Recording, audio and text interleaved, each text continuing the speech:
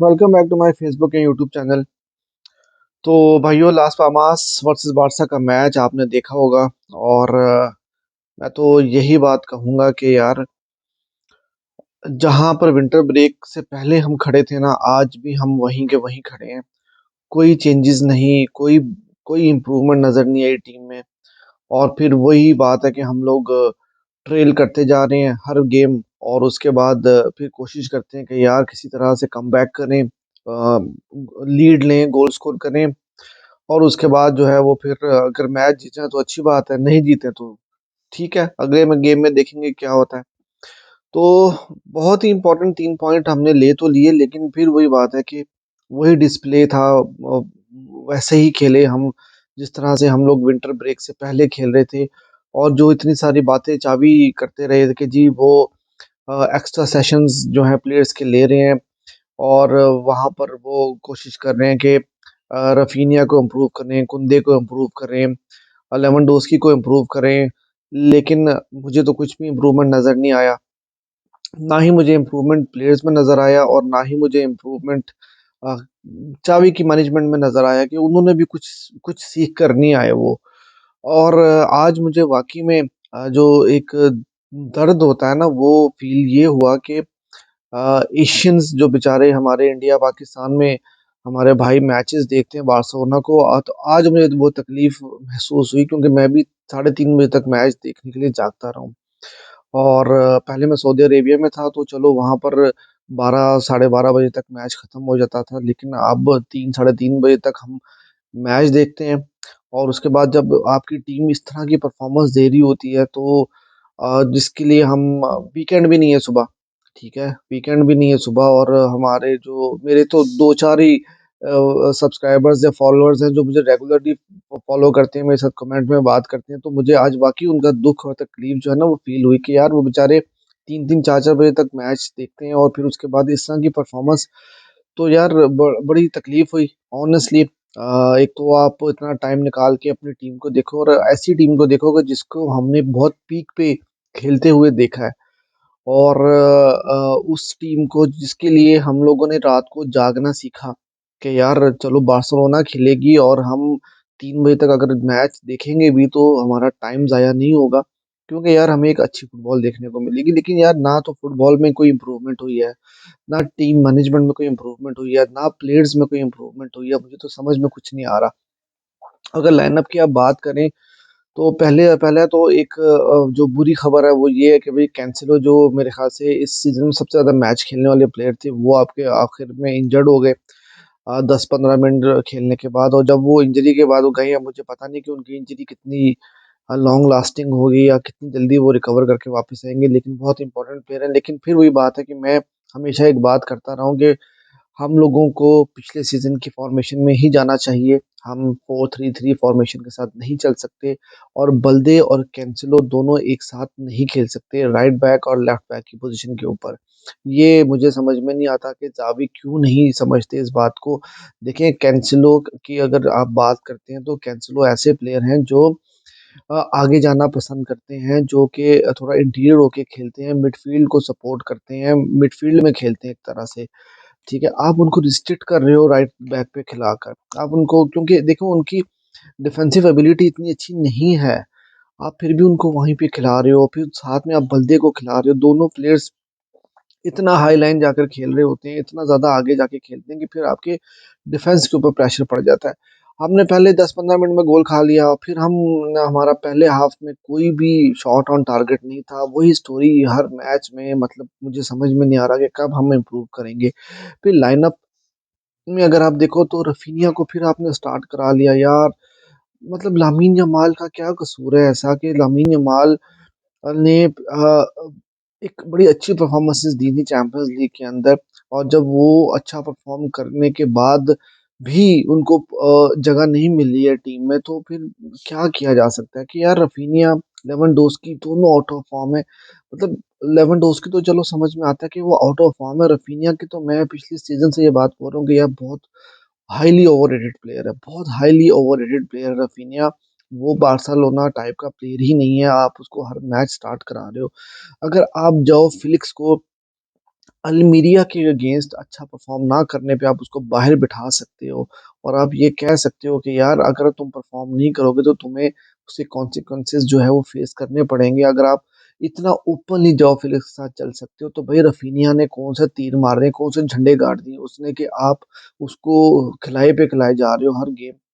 मुझे तो समझ में नहीं आता यार कि जावी की क्या मैनेजमेंट है। उसके बाद आपकी डिफेंस लाइन तो चलो समझ में आती है, ठीक थी, लेकिन मिडफील्ड में सेजो रोबर्टो, अब पैदरी नहीं है, गावी नहीं है, तो समझ में आता है कि चलो सेजो रोबर्टो ने आना ही आना है। लेकिन बात वही आती है कि यार आपके मिडफील्ड में सिर्फ एक प्लेयर ऐसा है जिसने कुछ कुछ किया है, कुछ करते हुए नजर आया है, वो है आपका फ्रैंकी डी योंग। मतलब उसकी परफॉर्मेंस अगर आप निकाल दो तो मैं समझता हूँ कि आपकी पूरी टीम की परफॉर्मेंस जीरो परफॉर्मेंस थी।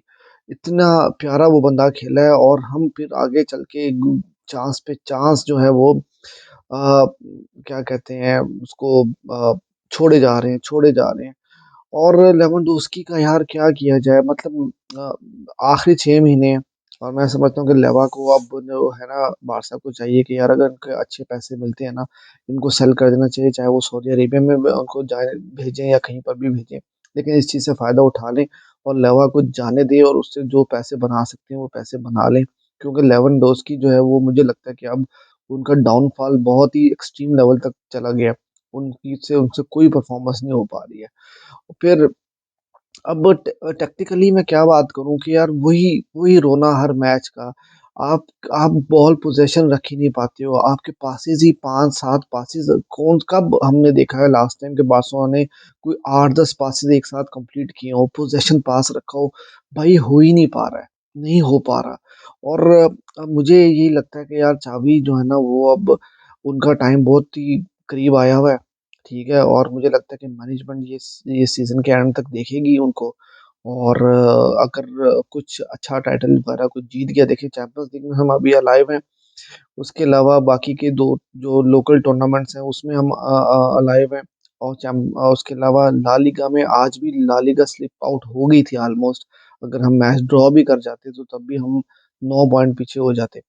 और आप दूसरी तरफ अगर आप देखें तो यार रियल मैड्रिड आप देखें कि ठीक है वो भी इतना डोमिनेटिंग फुटबॉल नहीं खेल रही है। और अब तो मुझे ये लगता है कि जो पिछला सीजन हम लोगों ने ला लीगा जीती भी थी ना, तो वो भी क्योंकि रियल मैड्रिड इतना अच्छा नहीं खेल पाई थी, वो अपने पॉइंट्स नहीं ले पाई थी, इस वजह से शायद हम लोग जीत गए थे। क्योंकि इस सीजन में रियल मैड्रिड वही उसी तरह से पॉइंट्स ले रही है जिस तरह से हमने लास्ट सीजन में पॉइंट लिए थे, 1-0 की विक्ट्रीज, किसी ना किसी तरह से एक आधा गोल निकाल लेते हैं वो। और पिछली 2 गेम्स तो उन्होंने इसी तरह से जीती हैं, और वहां पर वो अपने 3 पॉइंट निकाल के लेके चले जाते हैं। और फिर दूसरी तरफ जिरोना को आप देखें कि यार उन्होंने सिर्फ रियल मैड्रिड के अलावा उन्होंने हर टीम, बड़ी टीम को हराया ला लीगा में, हमें वो घर पे आके हरा के गए थे। और अभी एटलेटिको मैड्रिड को उन्होंने 4-3 से हराया, लास्ट 90th मिनट में उन्हें जो है वो विनर स्कोर किया था। तो यार टीम्स इंप्रूव कर रही हैं, जिरोना कहाँ से कहाँ निकल गई है, और हम वही पैथेटिक फुटबॉल खेल रहे हैं। मुझे तो समझ में नहीं आ रहा कि यार हमारा मतलब क्या होगा। मुझे इस सीजन में अब मुझे काफी होप थी कि विंटर ब्रेक के बाद कुछ इम्प्रूवमेंट के साथ हम लोग वापस आएंगे, लेकिन अब मुझे फिर वही लगता है कि यार ऐसा कुछ होने नहीं वाला, और ये सीजन जो है ना डिजास्टर रहेगा, और हम शायद कुछ भी ना जीत पाए इस सीजन में। शायद कोई छोटी मोटी ट्रॉफी अगर हमें ये स्पेनिश कप टाइप की मिल जाए तो मिल जाए, लेकिन उसके अलावा मुझे कुछ लगता नहीं है। और चाबी में कहीं इम्प्रूवमेंट नजर नहीं आ रही। चाबी ने अभी तक कौन सा गेम प्ले में इम्प्रूवमेंट दिखाई है? पता नहीं हराम बॉल खेल रहे हैं हम लोग या क्या, कौन सा बॉल खेल रहे हैं मुझे समझ में नहीं आ रहा। लेकिन जो है वो हालात जो है ना वो कोई अच्छे नहीं जा रहे, और मुझे लगता है कि चाबी का टाइम जो है ना वो अब गिना चुना ही रह गया। मैं क्या अब आपको टैक्टिकली बात करूं, वही हर मैच में मैं बात कर करके थक चुका हूं, मेरे पास तो कुछ भी नहीं है कहने को। बाकी प्लेयर्स का भी मैंने आपको बता दिया कि लेवा की कोई परफॉर्मेंस नहीं है। पीटर रूकी आया है और उन्होंने भी एक बड़ा चांस मिस किया, लेकिन यार उस बंदे की एक चीज ये थी कि ऑफ द बॉल मूवमेंट बहुत अच्छी नजर आ रही थी, ऑन द बॉल मूवमेंट काफी अच्छी नजर आ रही थी। और अभी हम उनको इतनी जल्दी जज नहीं कर सकते यार, 18-19 साल का लड़का है वो, और उसको हमें जो है वो 1-1.5 सीजन का टाइम उसको चाहिए थोड़ा मेच्योर होने के लिए। लेकिन अच्छी चीज ये नजर आ रही थी कि लेवेंडोस्की उनको बैकअप कर रहे थे, जब वो सब्स्टिट्यूट होकर 70th मिनट में बाहर गए तो उन्होंने जब चांस वांस मिस किया, तो वो एक अच्छी चीज है। वो लेवा की तरफ से एक अच्छा जो है वो एक तरह के मेंटोर टाइप के उनके लिए बने हुए हैं इस टाइम पे। तो यही है कि वो मैच्योरिटी लेंगे और फिर उसके बाद से जो है वो आई होप कि वो बहुत अच्छा परफ़ॉर्म करें और मुझे यही लगता है कि यार लेवेंडोस्की के बारे में अब थोड़ा-सा ना हार्श डिसीज़न लेना पड़ेगा। क्योंकि देखें आप इम्पैक्ट देखें ना कि विक्टर रूकी के आने के बाद से इम्पैक्ट कितना अच्छा बना है गेम का। और इसलिए मैं कहता हूँ कि अगर आप उनको स्टार्ट भी करा देते हैं तो वो अच्छा रहेगा कि वो उनको कॉन्फिडेंस बनेगा और लेवेंडोस्की को आप बेंच से लेकर आएँ। दूसरी तरफ जॉ फिलिक्स भी जब वापस आए थे मतलब जब उनको मैदान में उतारा गया तो काफ़ी बेहतर नज़र आए थे, लेकिन 14 ऑफसाइड थे हमारे। इसका क्या मतलब है कि हमारे प्लेयर्स की पासिंग की टाइमिंग्स नहीं है, हमारे प्लेयर्स जो है वो जब रन लेते हैं तो उसकी टाइमिंग नहीं है। तो इसका मतलब कि आपकी टीम के अंदर तालमेल का प्रॉब्लम है, आपके प्लेयर्स एक-दूसरे के साथ कोऑर्डिनेट अच्छे तरीके के साथ नहीं कर पा रहे। 14 ऑफसाइड कॉल्स थी यार, तो सावी को बहुत कुछ करना पड़ेगा और मुझे नहीं पता कि वो कब कुछ करेंगे। तो ख़ैर ये था मैच के बारे में मेरा रिव्यू। आपके क्या रिव्यूज़ हैं आप भी मुझे कमेंट सेक्शन में बताइएगा।